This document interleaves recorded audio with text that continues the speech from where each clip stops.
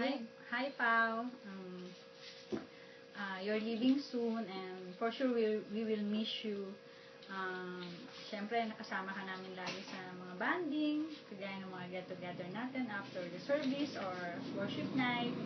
Um, my advice for you is um, where, wherever wherever you go, always acknowledge the advice of the older person to you, yung brother mo, yung pastor na makakasama mo, and then always seek God, always ask for guidance and pray for His will.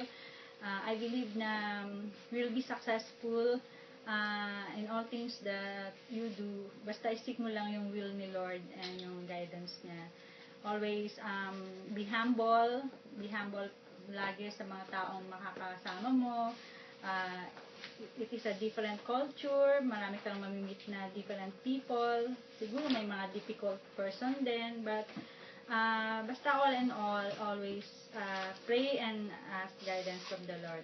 I believe God will bless you and may He give you courage, may He give you boldness um, at sana maging successful ka sa lahat ng mga bagay na gagawin mo. Always get in touch always with your parents, kay Sister Jackie and Brother Ray.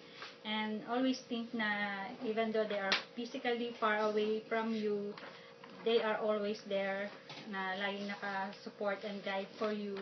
And all this is, I believe naman na God, whatever is the will of God for you, may it be done. God bless you always, take care always, and we will miss you, Pa. We will miss you and hope to see you again. Thank you. Bye.